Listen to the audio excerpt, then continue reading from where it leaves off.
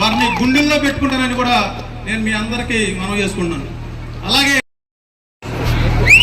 ఎన్నికల్లో మిమ్మల్ని ఓట్లు అభ్యర్థించడానికి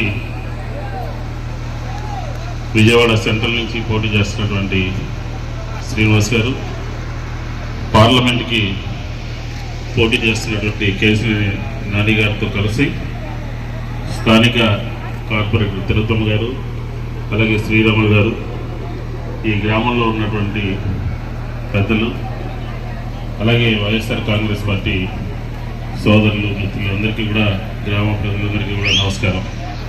విజయవాడ సెంట్రల్ నియోజకవర్గం 2 సార్లు ఎమ్మెల్యేగా ఉన్నటువంటి సందర్భంలో 64వ డివిజన్ ఒక చాలా సన్నిహితంగా ఉన్నటువంటి డివిజన్ ఏదంటే నాకు 64లో ఈ గ్రామం చాలా సొంత ఊరు లాంటిదే అని చెప్పి ఈ సందర్భంగా మనం చేస్తాం. ఈ గ్రామానికి సంబంధించినంత వరకు ఈ డివిజను బ్రహ్మాండమైనటువంటి అభివృద్ధి చేశాం. అలాగే ఈ గ్రామం కూడా పాల కేంద్రం కానీ, రోడ్లు కానీ, బ్యాంకు సంబంధించినటువంటి బిల్డింగ్ కానీ, ఒకటి కాదు ప్రతిదీ కూడా, అలాగే ట్రాక్టర్లు, అలాగే వర్షం వచ్చినప్పుడు పంట నష్టం కానీ, అలాగే ప్రతిదీ కూడా ప్రతి విషయాన్ని కూడా చాలా శ్రద్ధగా తీసుకుని ఈ ఊరంతా కూడా ఈరోజు వైఎస్ఆర్ కాంగ్రెస్ పార్టీ అంటే అన్ని కులాలు మతాలు కలిసినటువంటి వర్గాలు కలిసినటువంటిదే వైఎస్ఆర్ కాంగ్రెస్ పార్టీ. అలాగే ఈ గ్రామం కూడా అందరూ కలిసిమెలిసి అనేక సంవత్సరాలుగా ఉంటున్నటువంటి పరిస్థితి మనకు తెలుసు. కాబట్టి అభివృద్ధికి సంక్షేమానికి బ్రాండ్ అంబాసిడర్ అనమాట మన వైఎస్ఆర్ కాంగ్రెస్ పార్టీ. సంక్షేమం బ్రహ్మాండంగా పెద్ద ఎత్తున ఈ డివిజన్లో 2000 మందికి పెన్షన్ ఇస్తున్నాం, 3000 రూపాయలు చొప్పున 2000 మందికి ఇళ్ల స్థలాలు ఇచ్చాం.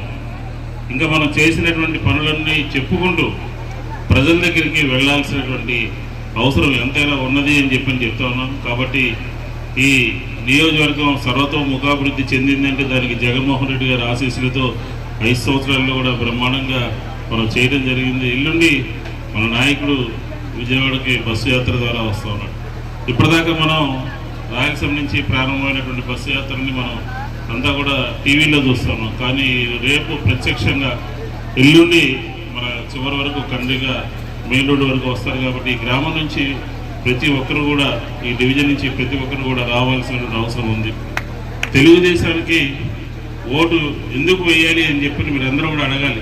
14 నుంచి 19 వరకు ఎమ్మెల్యేగా ఉన్నటువంటి వ్యక్తులు కానీ, మంత్రులుగా ఉన్నటువంటి వ్యక్తులు కానీ, ముఖ్యమంత్రిగా ఉన్నటువంటి వ్యక్తులు కానీ ఏం పని చేశారు విజయవాడ నగరానికి, ఈ నియోజకవర్గానికి అని చెప్పని మనం క్వశ్చన్ చేయాల్సినటువంటి అవసరం ఉంది.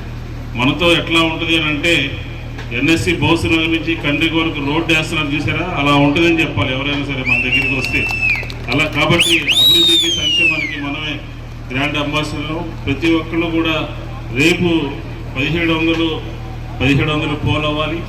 1700కి వైఎస్ఆర్ కాంగ్రెస్ పార్టీకి మెజార్టీ 95% ఓట్లు రావాల్సినటువంటి నియోజకవర్గంలో ఈ గ్రామం ఉన్నది. కాబట్టి ప్రతి ఒక్కరు కూడా ఒక 30 రోజుల్లోకి వచ్చేసాం మనం.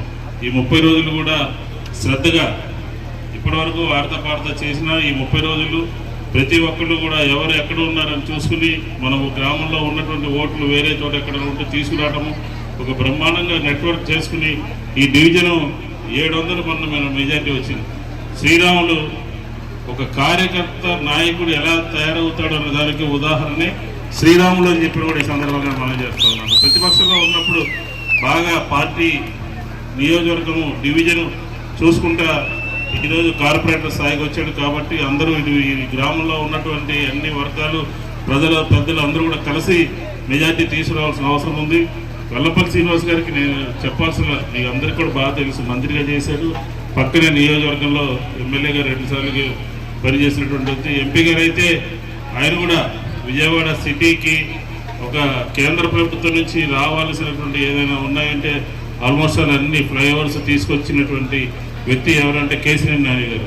నియోజకవర్గంలో ఉన్నటువంటి 7 నియోజకవర్గాల్లో కూడా మంచినీటి సౌకర్యం కానీ, అలాగే టాటా ట్రస్ట్ ద్వారా కానీ బ్రహ్మాండంగా ఒక ముందు చూపుతో కలిగినటువంటి వ్యక్తి. కానీ తెలుగుదేశానికి విజయవాడ సిటీలో కానీ మరీ ముఖ్యంగా విజయవాడ సెంట్రల్ నియోజకవర్గంలో ఓటు అడిగేటటువంటి నైతిక హక్కు లేదు. 13 మే దగ్గర పడిపోతుంది. ఆ మే 13 అనేది ఖచ్చితంగా ప్రతి ఒక్కరూ కూడా ఉత్సాహంగా ఒక పండగ వాతావరణంలో ఓట్లు వేయాల్సినటువంటి అవసరం ఉన్నది అని చెప్పి ఈ సందర్భంగా మనం చేసుకుంటూ పెద్దలందరికీ ధన్యవాదాలు తెలియజేసుకుంటూ 2 నిమిషాలు వాళ్ళు కూడా మాట్లాడతారు. వెళ్ళపరిస్థితి వస్తుంది మాట్లాడుతూ పోతాం.